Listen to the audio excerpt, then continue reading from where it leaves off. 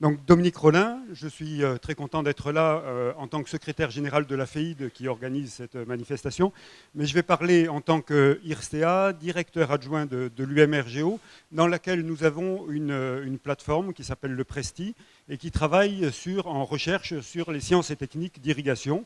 Et on a expérimenté à peu près toutes les formes d'irrigation et on prétend avoir une expertise là-dessus.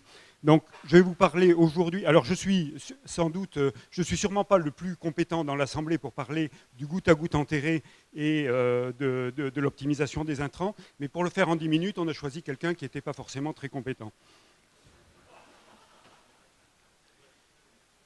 Donc, le goutte à goutte enterré, pour ceux qui ne connaissent pas, c'est mettre en place une gaine d'irrigation avec des goutteurs.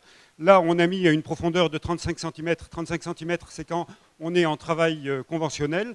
Je vous dirai après qu'on préfère le mettre à 15 cm de profondeur et de travailler et de le faire sans travail du sol.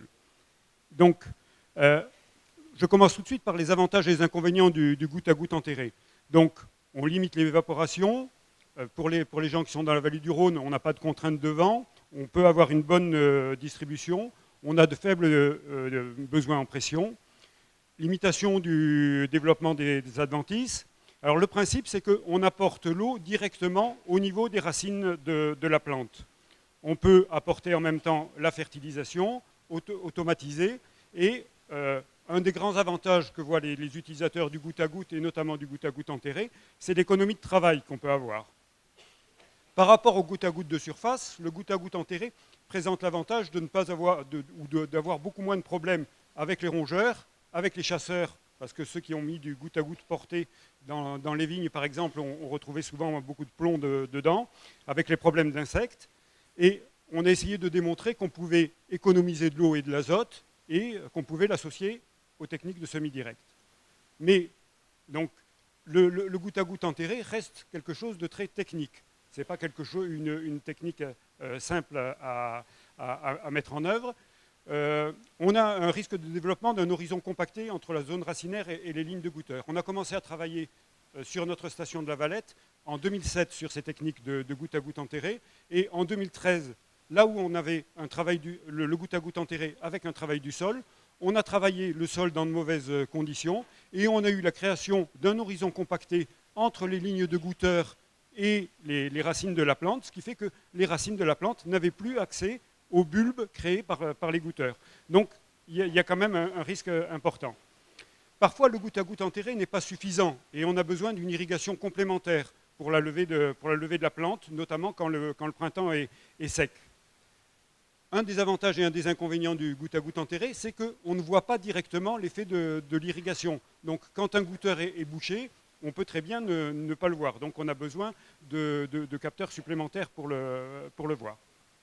Et puis, il y a le coût, l'installation, les questions d'entretien périodique, où il faut envoyer de temps en temps de l'acide ou de l'eau de javel dans les gaines pour déboucher, la compatibilité avec le travail du sol, alors le développement exclusif des racines dans le bulbe d'irrigation. C'est-à-dire que si on a un petit bulbe d'irrigation, on va avoir un petit développement des racinaires. Et donc, il va falloir trouver des techniques pour avoir un bulbe d'irrigation qui soit suffisamment développé. Et puis dans les sols pierreux, c'est quelque chose qui n'est pas très pratique. Et donc, les questions qui se posent, c'est quels sont les risques environnementaux d'une gestion mal adaptée de l'irrigation et de la fertilisation, le gaspillage de l'eau, les pollutions par les nitrates, comment maîtriser le transfert des nitrates dans la zone racinaire par une gestion adéquate de l'irrigation. Ça fait partie des travaux sur lesquels, des travaux qu'on a conduits.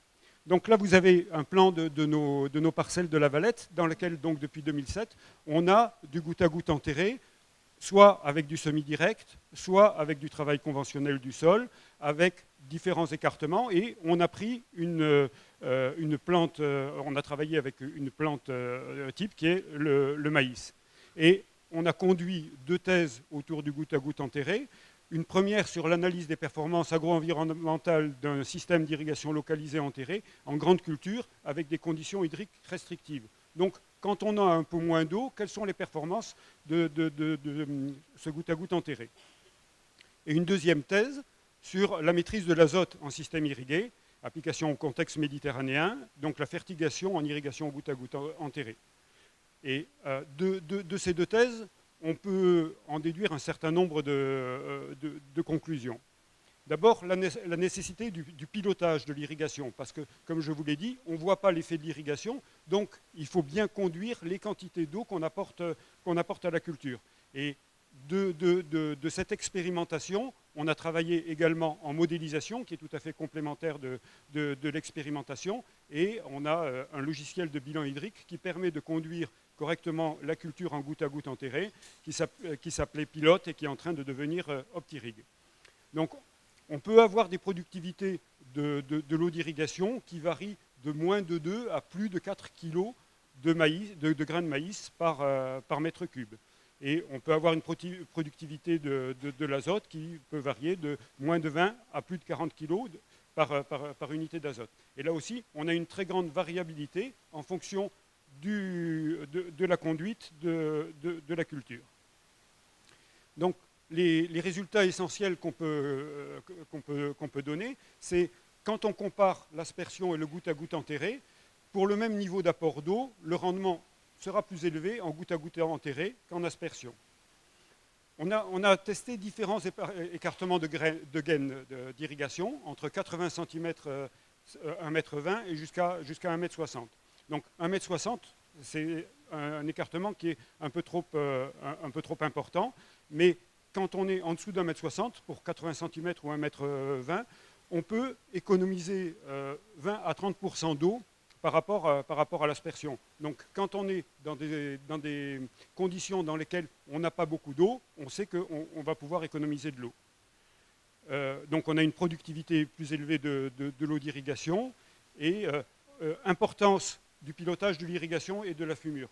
Je ne vais pas parler de la conduite de l'azote par rapport à l'irrigation, mais comme le disait ce matin Michel Pontier, quand on est en irrigation, on va pouvoir apporter la bonne quantité d'azote au bon moment, alors que quand on est en pluvial, on va apporter une quantité importante d'azote à un moment donné, avec un risque de lessivage si on a des grosses pluviométries par la suite. Moi, je pense qu'il y a un gros intérêt à associer le goutte à goutte enterré avec le semi-direct pour mettre les gaines de goutteurs à une moindre profondeur, pour ne pas avoir les problèmes. Quand on travaille le sol, on a un risque de sortir des gaines, de les abîmer, etc. Donc, je pense que c'est vraiment intéressant de travailler avec du semi-direct.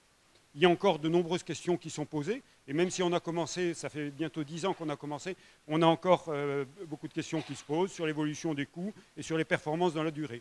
Les constructeurs de goutte à goutte enterré vous diront que les gaines, ça dure 10 ans.